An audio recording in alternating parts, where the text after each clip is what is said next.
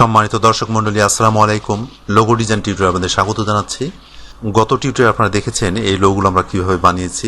আজকে আরও কিছু ডিজাইন আমরা বানাই দেখব। তো এগুলো সবগুলো সেট করছি। সেট করার পর আমি ডিলিট করে দিলাম এবং এখান থেকে আমি টেক্সটটা নিয়ে নিচ্ছি। এটা আমি কপি করে নিব আর কি। আমি অল্ট ধরে কপি করে নিলাম, দেন কন্ট্রোল প্লাস করে আমি জুম ইন করে নিলাম এবং এটাকে সিলেক্ট করে রাইট বাটন ক্লিক করে ক্রিয়েট আউটলাইন করে নিচ্ছি এবং আনগ্রুপ করে নিলাম ঠিক এইভাবে। এরপর কন্ট্রোল প্লাস করে আমি আরও জুম ইন করে নিলাম। এরপর আমি টুলবার থেকে লাইন সেগমেন্ট টুলটা সিলেক্ট করলাম। সিলেক্ট করার পরে আমি এখান থেকে শিফট চেপে ধরে ডান দিকে এভাবে ড্র করলাম। এখানে আমি স্ট্রোকটা বাড়াই নিচ্ছি এবং স্ট্রোকে যে কালারটা থাকবে সেটা হচ্ছে সাদা কালার থাকবে। দেন এখান থেকে আমি অল্ট এবং শিফট কি চেপে ধরে এটা কপি করে নিচ্ছি ঠিক এখানে, কিংবা আমি এখান থেকে শুরু করি, এখানে দিলাম এবং এটা সিলেক্ট অবস্থায় আছে। আমি কিবোর্ড থেকে কন্ট্রোল ডি প্রেস করছি, তাতে ডুপ্লিকেট হয়ে যাচ্ছে। তাতে এইভাবে এটা আমি কিছুটা নিচে নামাই নিয়ে আসবো। এগুলোর মধ্যে যে দূরত্ব একই রাখবো এমন কথা না। এটাতে 2 পিটি আছে, এটাতে আমি 3 পিটি করে নিচ্ছি, এখানে বাড়াই দিচ্ছি এবং এটা করব 4 পিটি, 4 পিটি এবং এখানে আমি এটা করব 5 পিটি ঠিক এই। এরপর আমি ম্যাজিক ওয়ান টুল দিয়ে একটা স্ট্রোক উপর ক্লিক করলাম, সবগুলি সিলেক্ট হলো। এখন চাইলে আমি এটা উপরে নিচে করে নিতে পারি যেখানে আমাদের দেখে ভালো লাগবে। যখন মনে হবে ঠিক আছে তখন আমি অবজেক্ট থেকে এক্সপ্যান্ড করে ফেললাম এবং সিলেকশন টুল দিয়ে সবগুলো সিলেক্ট করলাম। সিলেক্ট করার পরে আমি পাথফাইন্ডার এই অপশনে এসে ডিভাইড করে দিলাম। আনগ্রুপ করার দরকার নাই। আমি ম্যাজিক ওয়ান টুল দিয়ে এই সাদা একটা শেপের উপর ক্লিক করলাম, সবগুলি সিলেক্ট হলো। আমি কিবোর্ড থেকে ব্যাক স্পেস চাপ দিলাম, তাতে ডিলিট হয়ে গেল।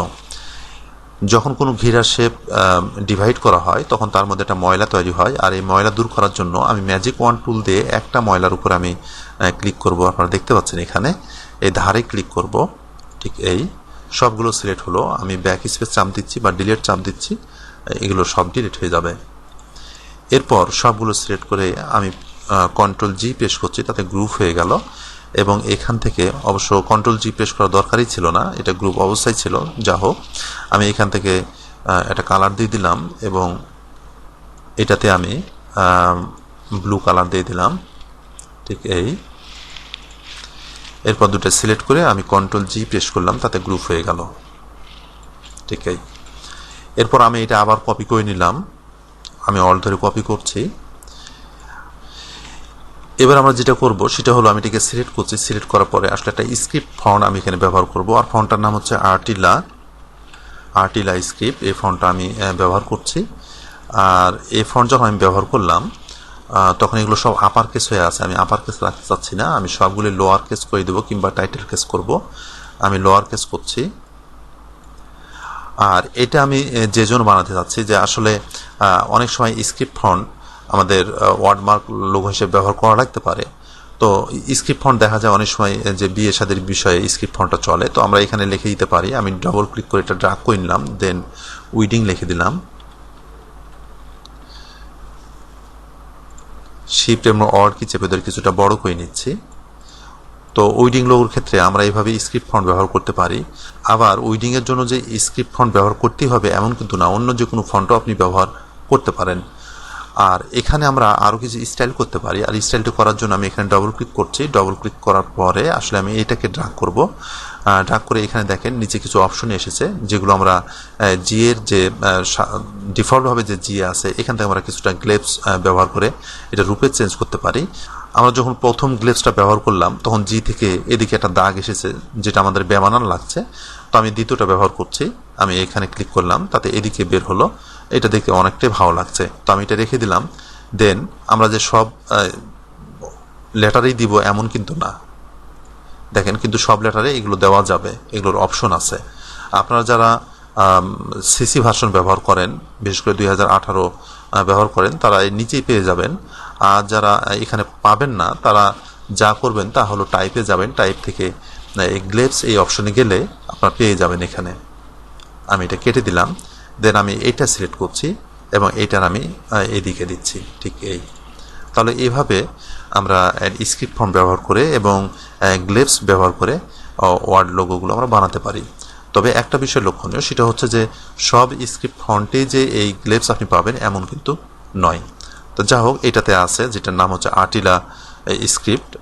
অসুবিধা নেই, এই ফন্ট আপনাদেরকে প্রোভাইড করব, বা যে ফন্ট নিয়ে আমি কাজ করছি আপনাদেরকে সেই ফন্টগুলো আমি প্রোভাইড করব, তাতে কোনো সমস্যা নেই। আমি এটা কপি করে নিচ্ছি। আরেকটা ফন্ট আছে, সেটা হচ্ছে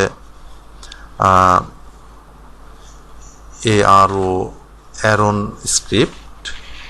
আমি এটা সিলেক্ট করলাম। সিলেক্ট করার পরে আমি টাইপ টুলটা নিলাম এবং ডি সিলেক্ট করলাম এখান থেকে, কিংবা জি সিলেক্ট করলাম,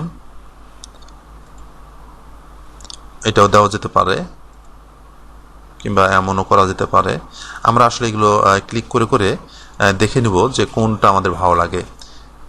এরপরে আমরা এখান থেকে ঠিক এই যে অ্যারো চিহ্নটা আছে এখানে আমরা ক্লিক করে এই সবগুলো অপশন বের করে নিতে পারি এখানে, এবং দেখে নিব যে কোন অপশনটা আসলে আমাদের পছন্দের। ঠিক এই, আর এখানে যদি দিতে চাই তাহলে আমাদের ডবল ক্লিক করতে হবে, আর ডবল ক্লিক করলে দেখেন এখানে চেঞ্জ হয়ে গেল।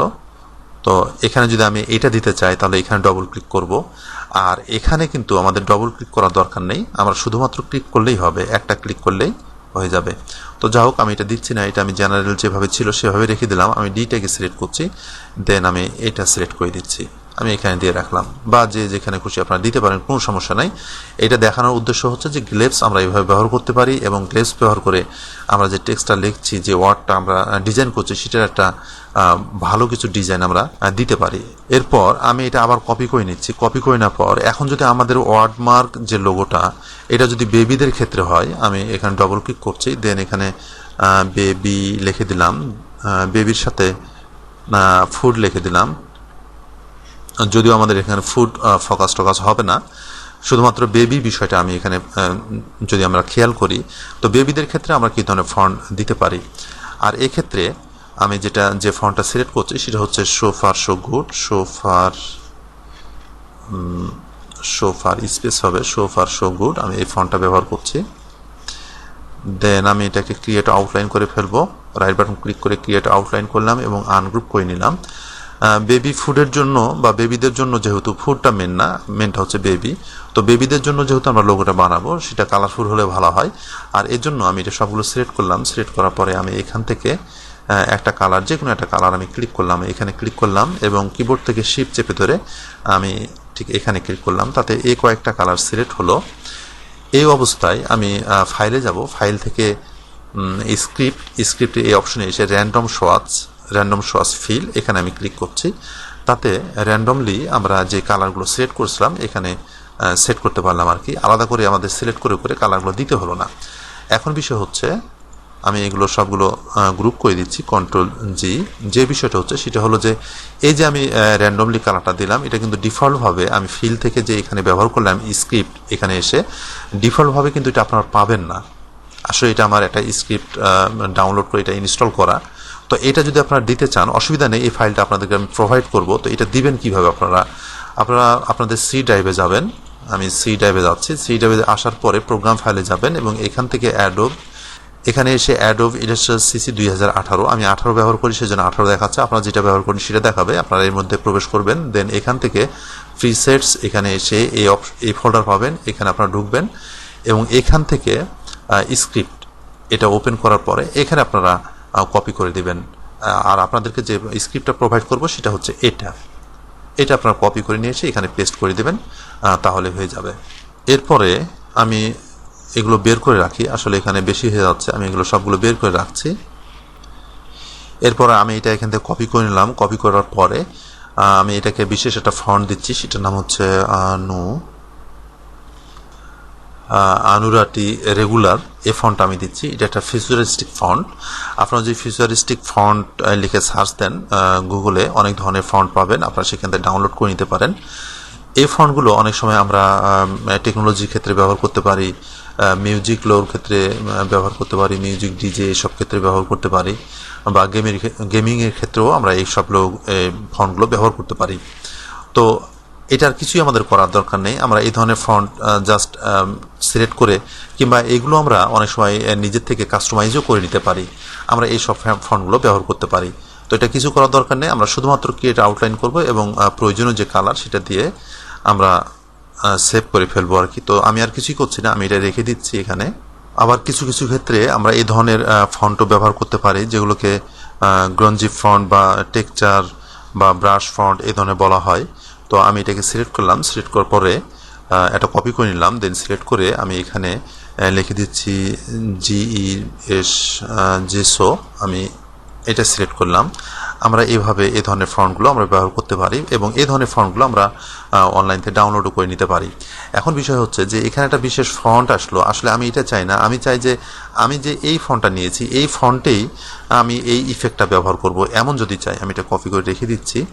তাহলে কিভাবে করতে পারবো? তো যদিও 100% এই ইফেক্টটা আমি ব্যবহার করতে পারবো না, কিন্তু এই ধরনের যে গ্রঞ্জি ইফেক্ট বা টেক্সচার ইফেক্ট এখানে দেওয়া আছে সেটা আমরা খুব সহজে দিতে পারি।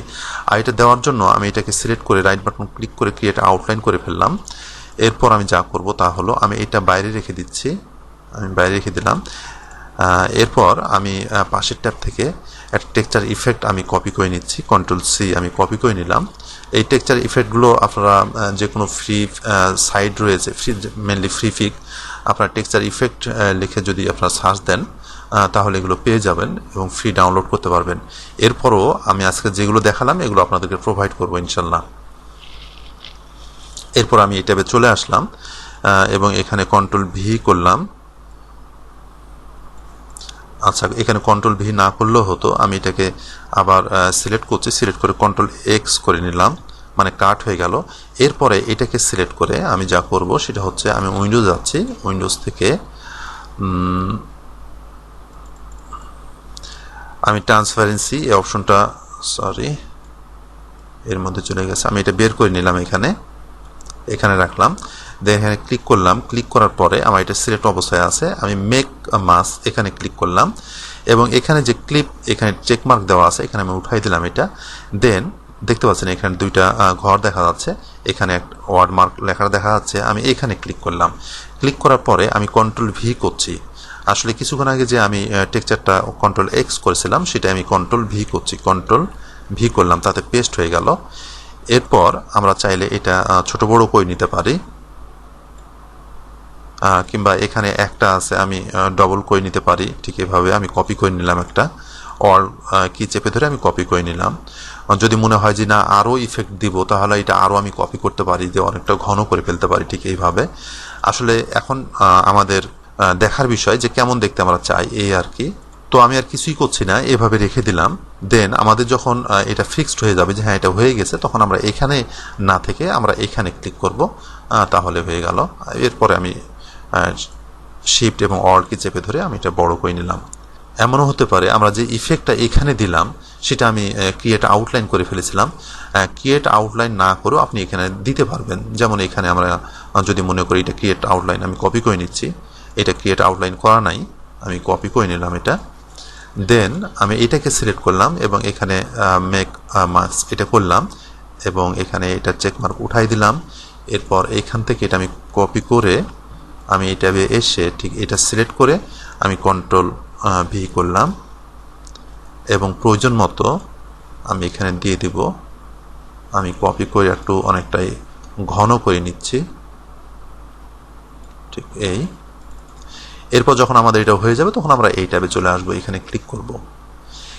এখন আপনি চাইলে এটার ফন্টও চেঞ্জ করতে পারেন। যেমন আমি এখানে ফন্টের এই অপশনে এসে যখন ফন্টটা চেঞ্জ করছি, দেখেন যে ইফেক্টটা আমি দিয়েছি সেখানে সেটা কিন্তু এখনও দেখা যাচ্ছে, এটাও হতে পারে। তো ঠিক আছে, আমরা দেখলাম যে আমরা গঞ্জি ইফেক্ট বা টেক্সচার ইফেক্ট কিভাবে একটা টেক্সটের উপরে বা যে কোনো শেপের উপর আমরা দিতে পারি, সেটাও আমরা দেখলাম। আমি এটা ডিলিট করে দিচ্ছি, এটা আর রাখছি না। এরপর এখান থেকে আমি এটা কপি করে নিচ্ছি। অবশ্য কপি করার দরকার নাই, কারণ এটাই আমার লাস্ট আজকের জন্য। দেন ডবল ক্লিক করে আমি এইটুক শুধু নিচ্ছি, এটা ডিলিট করে দিলাম, আমি ওয়ার্ডটা শুধু নিচ্ছি এবং এটাকে ক্রিয়েট আউটলাইন করে নিলাম এবং সিলেক্ট থাকা অবস্থায় আমি অবজেক্টে যাচ্ছি। অবজেক্ট থেকে পাথ এবং অফসেট পাথ ব্যবহার করে প্রিভিউ চেকমার্ক করে নিব। আমি এর আগে যেহেতু 3 ব্যবহার করেছিলাম সেটাই শো করছে এখানে। আমি কিছুটা মোটা করছি, আমি 5 ফিটে রাখলাম। দেন আমি ওকে করলাম এবং ভিন্ন একটা কালার দিলাম। সবগুলো আমি ইউনাইট করে দিচ্ছি ঠিক এইভাবে এবং রাইট বাটন ক্লিক করে অ্যারেঞ্জে এসে সেন্ড টু ব্যাক করে দিলাম, তাতে এই হলো। এগুলো গ্রুপ অবস্থায় আছে, আমি আনগ্রুপ করে নিচ্ছি, আনগ্রুপ করে নিলাম। এরপর নিচে যে লাল অংশটা আছে এটা আমি সিলেক্ট করলাম। সিলেক্ট করার পর আমি ইফেক্টে যাচ্ছি, ইফেক্টে ডিস্টর্ট অ্যান্ড ট্রান্সফর্ম, এবং এখান থেকে ট্রান্সফর্ম। এখানে এসে আমি মুভ থেকে হরিজন্টাল এখানে 0.1 করে দিচ্ছি, 0.1, এবং ভার্টিক্যালে দিচ্ছি 0.1। দেন আমরা এখানে প্রিভিউ চেক মার্ক করে নিব, এবং এখানে যে কপি আছে এখানে আমরা এখানে ক্লিক করে আমি মাউস থেকে স্ক্রল করছি, দেন আমি কপিটা বাড়ায় নিচ্ছি। আসলে শ্যাডোটা আমি কেমন দেখতে চাই এটার উপর নির্ভর করবে এখানে কতগুলো কপি করব। আমি যেমন দেখতে চাই, যদি কম দেখতে চাই এখানে কম কপি করব, যদি বেশি দেখতে চাই তাহলে বেশি করব। এই আমি 100 রাখছি এখানে, দেন ওকে করে দিলাম। এরপর এগুলো সিলেক্ট অবস্থায় আছে, আমি অবজেক্ট থেকে এক্সপান্ড করে ফেলবো, এক্সপান্ড অ্যাপিয়ারেন্স, দেন পাথফাইন্ডার অপশনে এসে ইউনাইট করে দেব। ঠিক এই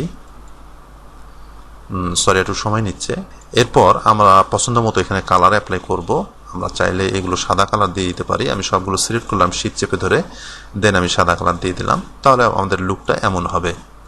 এখন এই যে ভিতরে যে অংশগুলো দেখা আছে সাদা অংশ, আমরা যদি মনে করি যে এগুলো দেখা যাবে না বা এখানে দেখা যাবে না, তাহলে আমি এটা সিলেক্ট করব। সিলেক্ট করার পরে পাথফাইন্ডার অপশনে যাব, দেন এখান থেকে ডিভাইড এবং ইউনাইট করে ফেলবো, তাহলে এগুলো সব চলে যাবে। এরপর সবগুলো সিলেক্ট করে Ctrl+G প্রেস করব, তাতে গ্রুপ হয়ে যাবে। তাহলে এমন ডিজাইন হতে পারে। তো বন্ধুরা, আজকে এই পর্যন্তই। সামনে টিউটোরিয়াল পর্যন্ত ভালো থাকেন, সুস্থ থাকেন এই কামনা করছি। আসসালামু আলাইকুম।